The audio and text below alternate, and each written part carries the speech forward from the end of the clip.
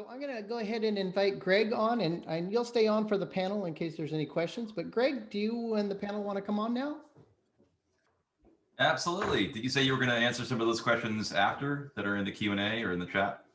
I hadn't even seen them.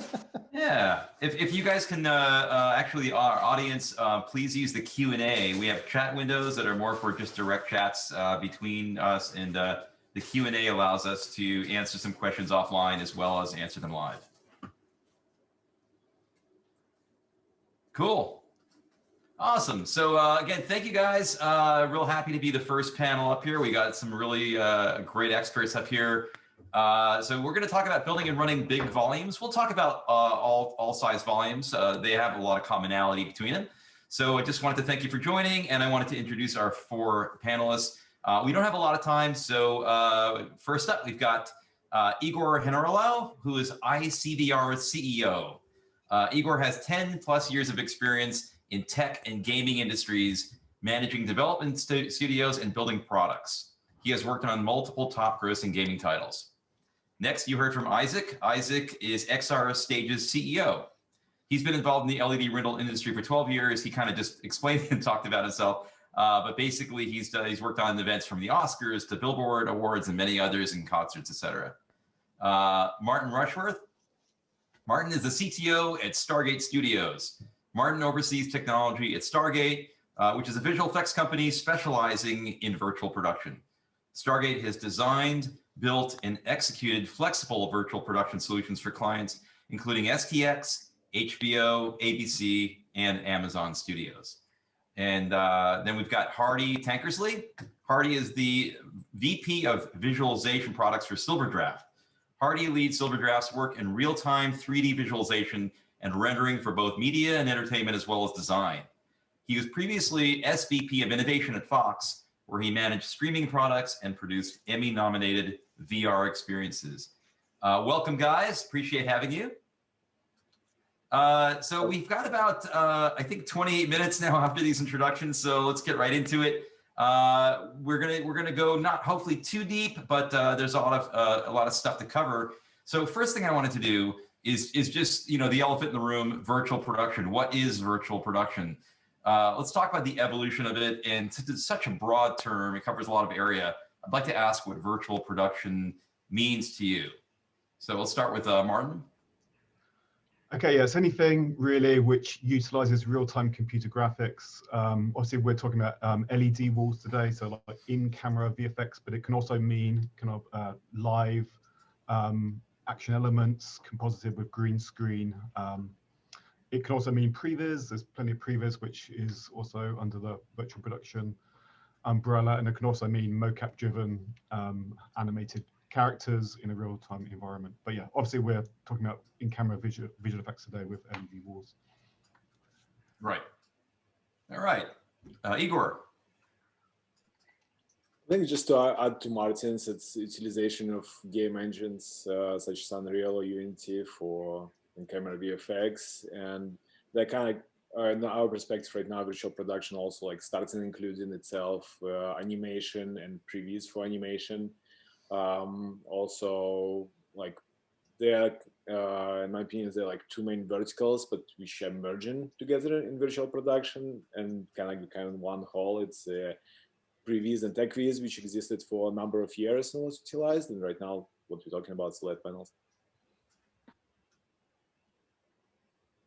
Yep. Isaac, virtual production. I know you kind of just had a little intro there, but any other insights there? No, I think, you know, in my intro, I kind of went through it. I mean, it is a fascinating times that you can, you know, transport a full crew from one part of the world to the other in seconds. You know, it just fascinates me. And yeah, everybody's jumping in is awesome. Great. Hardie, lastly.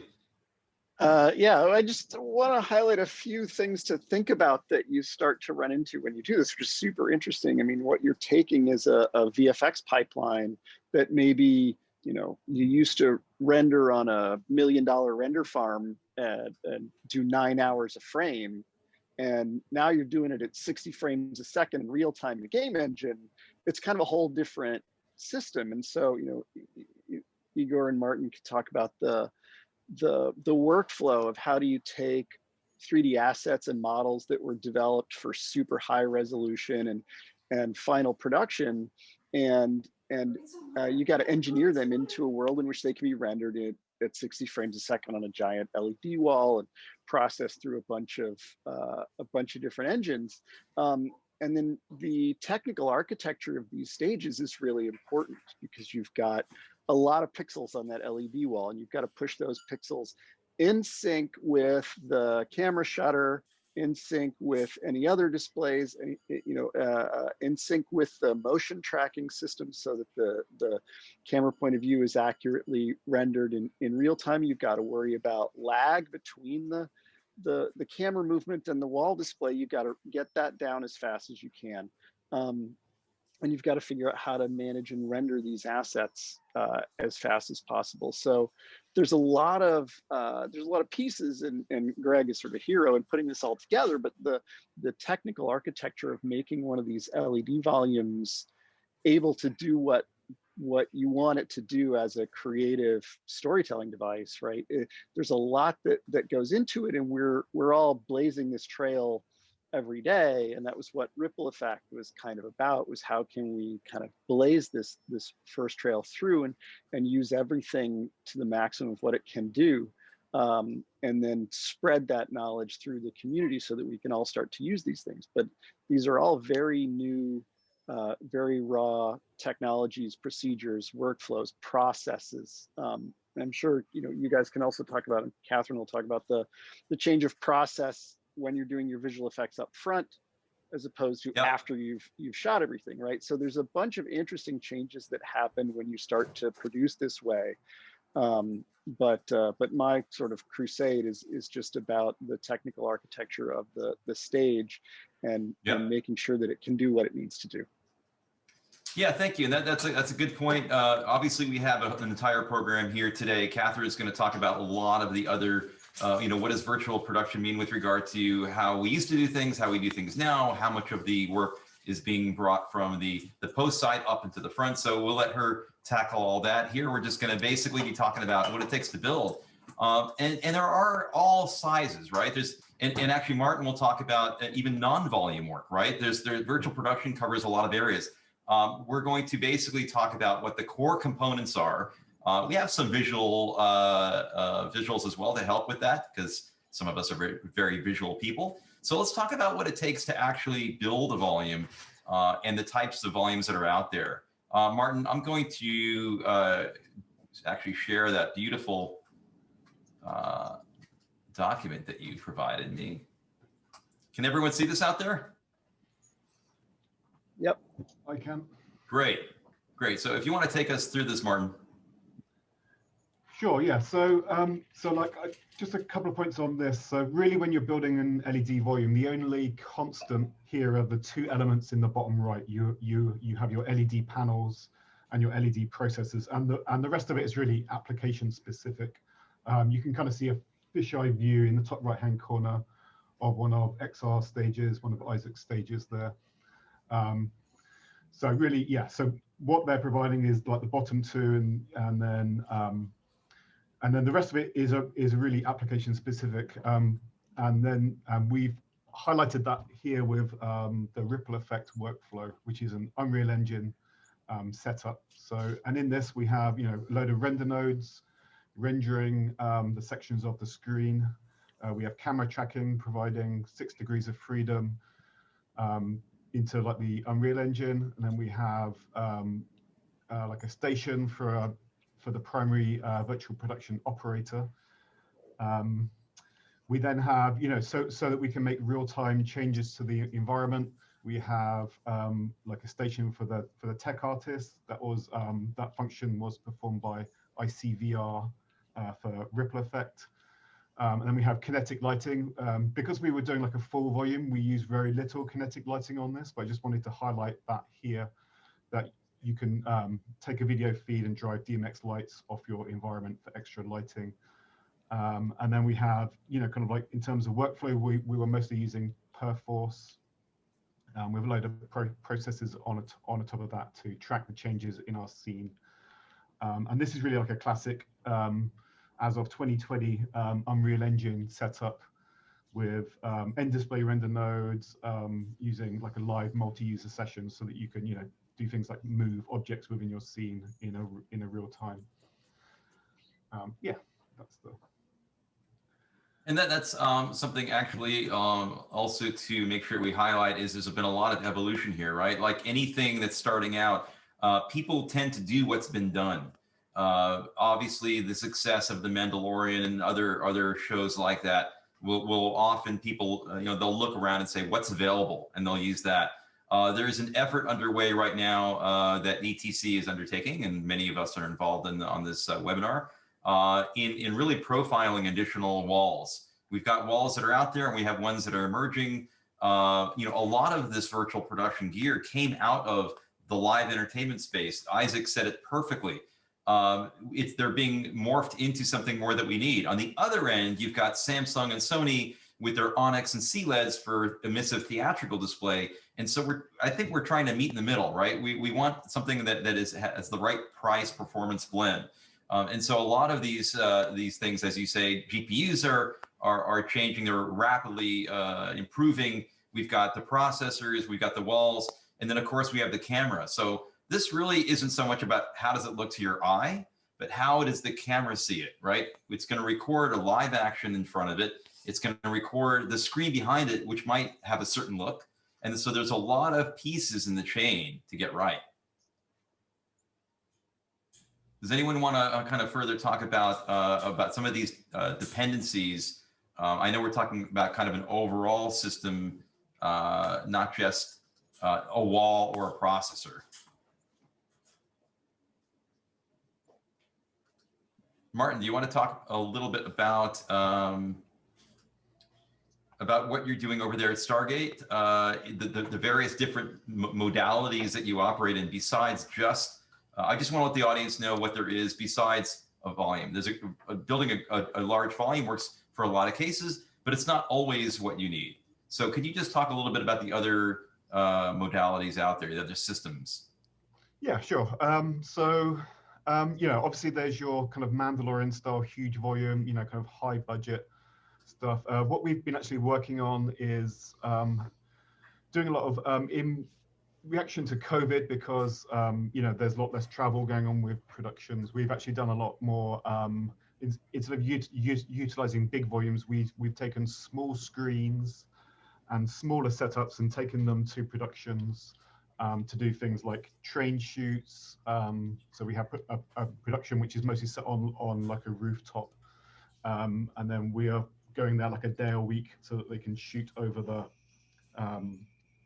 like the skyline, and we're just using like a smaller movable LED wall. And what we're doing is we're tracking where the LED wall is on the stage, and we're moving the LED wall around the stage instead of vice versa. And that's been like really successful for kind of driving sequences, things on a train. So it's where a production originally was intending to go out to like a city and actually use the actual train, but COVID's kind of made that more difficult. So that's like a solution there. And obviously green screen is the other option to that, and we're still heavily into green screen, but where they wanted the real, the look of the LED wall, which gives it like a much better look with all the reflections and the kinetic lighting. Yeah. So where they really want that look, kind of taking the virtual production to a production is also like a good solution.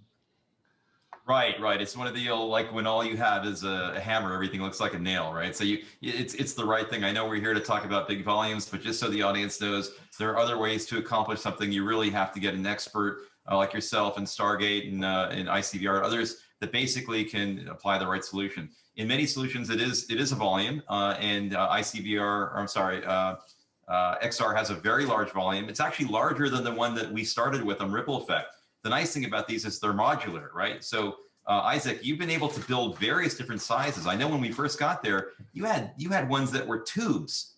I mean, you had all kinds. So it shows, it speaks to the flexibility of these things. you want to talk a little bit about the different applications and what you've gotten into?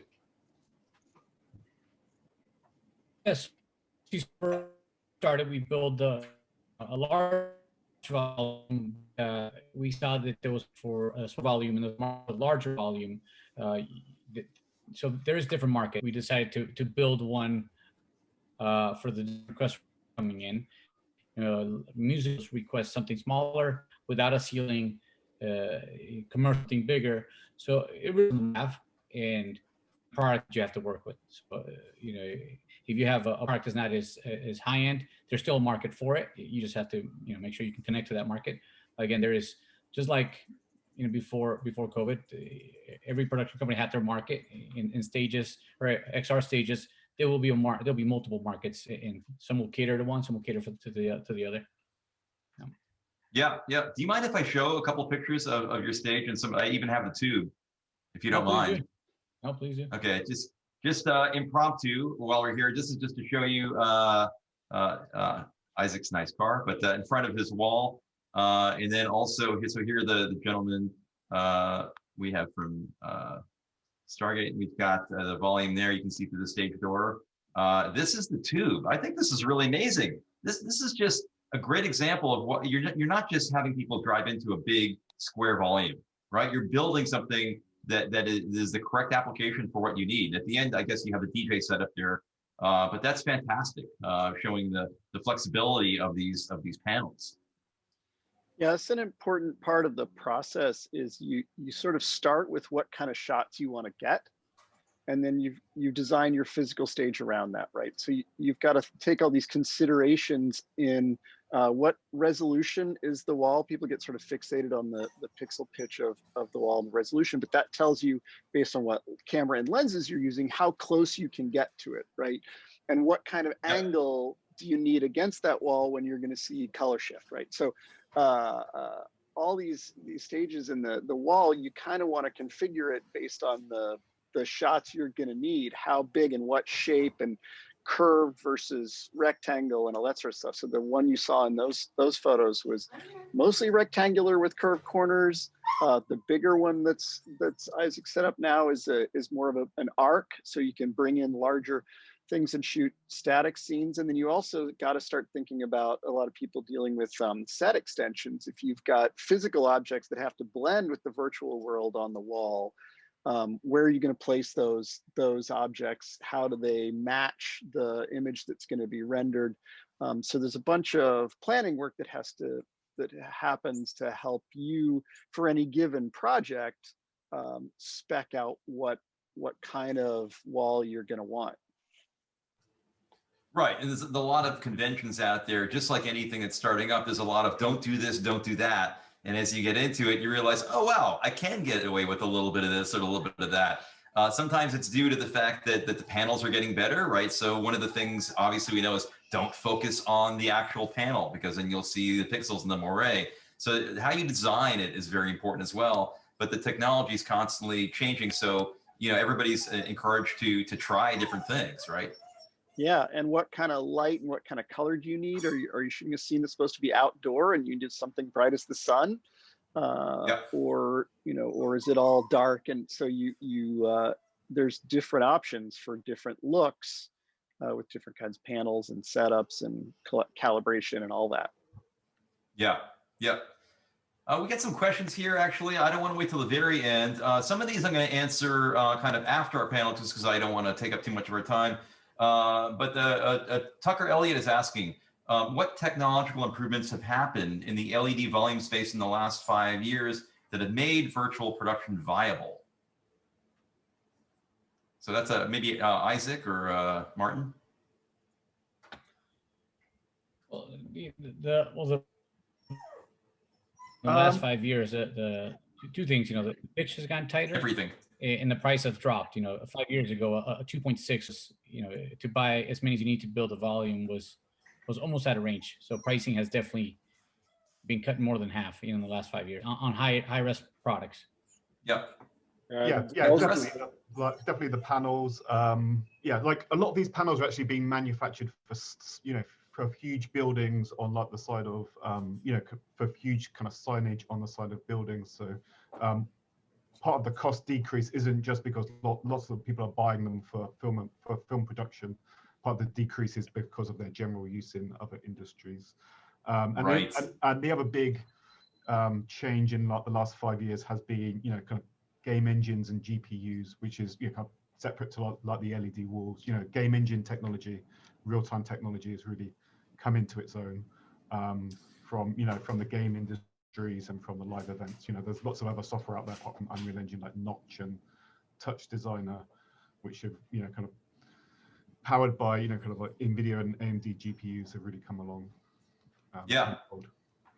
That's one thing I noticed too. You have these LED panels that came from, like you said, either signage or live events, where resolution was not key. You need basically, you know, they were very, very coarse. And then you have game engine technology that came from the game side. Obviously, they dealt with different gammas, generally 2.2.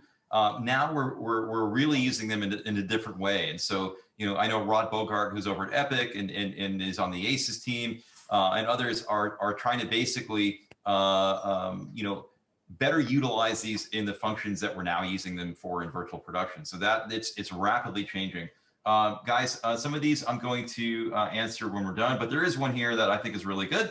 What skills does the company's, what skills will be required from graduates to have work in virtual production? Also, is there a training program to help graduates learn as much as possible from this technology in order to get a job for it? It's not really part of this panel, but oh, I see Eric is typing the answer. So we're going to let him do that and move on. I know one of the things we wanted to talk about is the operational side. So, okay, so you've built a volume, right? You've done that. That's not all there is to it. There's a lot that goes on to actually operating it. I know some of us have touched on this already, but I wanted to talk to Igor, if you can just talk a little bit about what teams are involved and what's the process to using these volumes. And in a way, it's going to answer the last question as well, because this way you can describe the skill. But overall, and it's kind of like follow up what Martin and Hardie were saying, that there is this part of merger between the technical skills and producing skills, and overall, the teams which are getting involved and which mostly come in, it's a trained Unreal artist or infrastructure engineers who come in on the stages and have to deal together with the director of cinematography or producers. And so it's really important to have somebody, one point of contact, at least at the stage, who DP can go to and work together to from beginning of the production to the day of the shoot. Because like Hardie was saying, not all of the shots work on the volume, and a lot of shots actually won't work or need to have specific solutions, like using green frustum in the background, or like specific lighting set. And so it's becoming this pre-production almost exercise between the virtual production team and the production team from the cinematography side, where like decisions need to be made together, how the shoot going to be done and how it's going to go to execute what's the creative vision. And in some cases, the creative vision might change also depending on the technology limitation. And the second part is the technological side, which is very important to have right people in place to build your infrastructure. To, like in the chart which Martin was showing, the part which comes from Perforce, but also the like a full suite of tools which comes in as like Shotgun or F-Track, and integration between them, and also being having a technical director or technical artist in place who are able to work with your VFX department together to make sure, or with your VAD teams, which can review the assets and make sure that they are not only usable on the volume and during previews, but also can be passed through the full pipeline to your VFX department in post. Because like I was saying, like not all of the shots going to be final pixel on the volume, and a lot of shots need to be retouched or worked into post. If you take, for example, Mandalorian, almost half of the shots had the green frustum in the back. And so a lot of shots still were comped in the post, and where like primarily the volume was used as lighting. There's some additional, such as like virtual camera technicians, like for example, like Stargate, where like showing like on using OptiTrack, and like DMX lighting engineer who can work together with integrating integrating calibrating the light between Unreal Engine and the physical light, because today we have this merger of two technologies kind of which come together. Yeah, and that's something, just so our audience, looks like we have 113 people out there. Just to explain, for those of you who don't know what a green frustum is. So imagine you've got the big volume and you've got the image out there. The green frustum would basically be the image that the camera is seeing. And that's important because if you want to be able to have flexibility and replace shots easily, then that basically will track around and give you that green screen footprint behind whatever the camera sees, and still allows the actor to be immersed in what's going on, because unless they're turning right around behind them, they still see the image that should be in the background. So that's kind of I don't want to say have your cake and eat it too, because eventually, and Martin, I think you know what I'm talking about, eventually the goal would be to have it all be there behind you, but be able to replace the background easy later on. That's something I think we're all looking towards. Yeah, somewhere. You want to talk about that briefly? Like an alpha channel, I guess. Yeah. Yes, exactly. Yes, I mean, people have started to look into this, kind of alternate frame, but you also get like a lot of strobing, kind of LiDAR, kind of like the technology will come. We're not sure how it's going to happen yet. Right, right. I think we all like the discipline of having a lot of thought. We went from, as Eric was mentioning, the days where you had to do it that way because there was no other way, to all of a sudden visual effects where it's like just shoot the crap out of it and then later on we'll put it together. But that's not very efficient. And sometimes at the end of the day, you realize you didn't really tell the right story because you didn't really have exactly what you needed. So I think having the ability to have that interactivity, but then be able to make changes where necessary, it will be the ultimate goal. Yeah, that's what's really interesting. What we see today also in the industry, where like the shift of the pipeline and kind of like toolkit which is used towards this work on deciding on which data do you need to pass it off to your post. Do you need like camera tracking data being passed off? Do you need alpha channels? What type of rendering channels you need to get from the camera as well? And these pipelines are semi non-existent and at today's date. And so they're like a big shift on this side, because before it used to be you shoot your plates, then it goes to post and they have their own bubble where kind of like the data sits within the infrastructure, general black boxes. And right now it's need to be first thing like accessible from pretty much anywhere, because you have 3-4 vendors at least working all together, passing files to each other, seem to be going into the like perforce that can be tested on the volume beforehand, and then like somehow going out to into post, and then need to be stored as well somewhere.